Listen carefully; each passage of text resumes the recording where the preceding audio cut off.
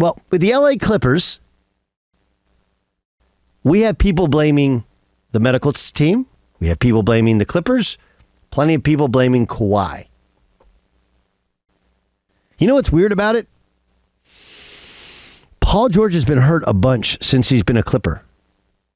And yet, he doesn't seem to be getting the criticism of Kawhi Leonard. I heard Stephen A. Smith today say, well, I didn't see him get hurt. Okay, and? I just, it doesn't feel like it is. Here's the issue. I think people think these guys are like faking it, or they don't want to play because they've already made a lot of money. Maybe these people are projecting. Have we ever thought of that? A lot of times, Pete, your opinion on something is you're projecting it. You know, hey, if I was making $40 million a year and my knee hurt and I already won a couple of championships and I'm guaranteed of making that money regardless, why would I go and put myself in harm's way and play back? Kawhi Leonard actually has a torn meniscus in his knee. So what are we actually doing here that we're acting like he's faking an injury? He was the best player in the league for the last month and a half of the season, and it wasn't actually all that close. He's a tremendous defensive player, an incredible rebounder, an improved passer, and as efficient a scorer as the game has. He was great in games 1 and games 2. Like, we freak out because Russell Westbrook got a couple steals and made a couple free throws late. He was 3 of 19. Kawhi Leonard carried that team, won that game. And when Russell Westbrook wasn't an abject disaster, he made a couple big defensive plays. But a lot of the mistakes were covered because Kawhi is that good. I just sit here and go, I don't believe in curses. But the Clippers are absolutely cursed. You know, you go and get Bill Walton. People remember that they got Bill Walton? And Bill Walton had a foot injury, which he took the old injection day of the game, played for the Portland Trailblazers, ended up suing the Trailblazers. But he had a bad foot. He was never the same. You go through to when they drafted Danny Manning and he got hurt, or drafting Danny Ferry, or drafting, making bad draft picks. The Clipper curse used to be if you drafted somebody like Blake Griffin, they missed their first year, and oftentimes they were never the same. Then they got to be a playoff team. Well, one year they made the playoffs with Larry Brown as their coach, but because the LA riots, they had to play their home games in Anaheim at the convention center. Right? Nobody remembers that playoff run because it ended in Anaheim at the convention center. Then you finally get Chris Paul and Blake Griffin and DeAndre Jordan, and you have Lob City. And whether it was Chris Paul being hurt or the NBA and the game changing where you couldn't play 2 non-shooting bigs and you struggled to even play 1. And all of the other issues. How many times did Chris Paul get hurt? And you're like, well, Chris Paul's not clutch. Well, I saw him didn't he have like some crazy game against the Spurs in Game 7 in the NBA playoffs? Didn't he? That did happen.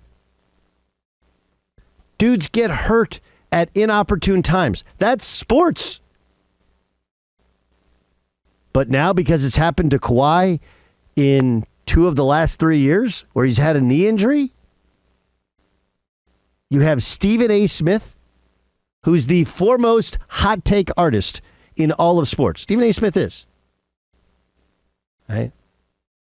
He's on the biggest sports network. He makes the most money of anybody in that network. He's on the coverage of the NBA. So what he says, that is the hottest of hot takes. He's like, they should just have him retire. That's the actual solution to the problem. Right? That is, you know what that is? That is, we got a drug problem in our school. Well, let's just make it all legal. It's legal in Amsterdam. Let's just make it all legal. Okay, not really a solution that we're willing to. No. But he's not even offering the solution other than his solution is they should make him retire. What exactly does that do? Like, if we wanted to play that out, if you want to have a real discussion, forget about why, because we know why he's saying. He's saying it because he somehow fears the backlash of saying he doesn't think Kawhi Leonard is really injured, thinks he's hurt. Forget about all that. Okay, so he retires. Now what? Now what? What's the plan? How do you replace the best player in the NBA who's from LA under contract for another year? How do you replace him? You go out and get another free agent with the money that maybe get cleared off the cap if he declares he's retired? Like, that's your solution? It's not a good solution. And look, there's always a buyer beware element. We do this thing. We had Steve Keim on yesterday, right? Steve Keim said the hit rate for first-round draft picks is like 49%. For free agents, it's like 33%. But yet every year when guys are traded or guys sign or whatever they do, they switch teams, we assume that it's always going to work out perfectly. When Russell Wilson didn't. So, what is the actual solution? I walk away thinking the only possible discussion you can have based on reality, okay, not talking trash, not wondering, the only possible is I believe the Clippers are cursed. It's the only explanation because the injuries at inopportune moments seem unfair. It had nothing to do with Donald Sterling was a bad guy. Everybody knows it. Steve Ballmer's done everything right. You know, I told people this. I was told when COVID struck and everything shut down, okay, they sent Pelotons to every player. I think they had those tonal things for every player.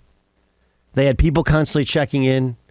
When the guys needed food, they ran out the quality food to them and all the products they needed. They wanted to take care of their guys. Built a brand new state-of-the-art practice facility. Even though they had a perfectly good practice facility, they're building a brand new arena right in the heart of Inglewood, which, by the way, is where the Lakers used to play. It's a city of champions. They're literally doing everything right. They go out and they get two great players who are both from Southern California, build a roster around those two and a championship caliber coach who the Lakers wanted to hire, offered the job to. So the solution to another year and another injury, in this case 2 injuries, causing their season to come to an unceremonious end is Kawhi Leonard should retire. Either they're not meeting over there, and you know the reason you have a show meeting is you kind of say things out loud to see if people spit out their coffee. Either they're not meeting over there, or nobody's speaking up over there. That is the essence of a hot take. It's the kind of hot take which leads people in my profession to be made fun of. Because it's so incredibly ridiculous and obtuse. And oh yeah, by the way, you're Stephen A. Smith. As I said, most powerful man in sports. He's the most powerful hot taker there is. How about you pick up the phone and call anybody over at the Clippers and find out what's really going on? And you know what they'll probably tell you? Dude, we did the load management thing. We did everything we could do right to get these guys ready for the playoffs. And we're snake bit. Right? Why shouldn't Kevin Durant retire? Kevin Durant tore his Achilles tendon. Tore his Achilles tendon. That ended the Golden State Warriors championship run. That's on him. He tore his Achilles tendon. Oh, yeah, by the way, you know, he hurt his knee with the Brooklyn Nets going back to last year. That hurt their season. That hurt their seeding. Then he hurt his knee this year, or it was his knee or his ankle this year in warm-ups with the Phoenix Suns, you know, causing their seed to slip where they had to play the Clippers. Well, why don't you make him retire? Right? Kyrie Irving got hurt a couple years ago with the Brooklyn Nets. He's hurt all the time. It's a complete nonsensical take. If you think he's faking, say you think he's faking. Say it with your chest. If you don't, then do what you should do, which is, hey, do you have an actual solution to the problem?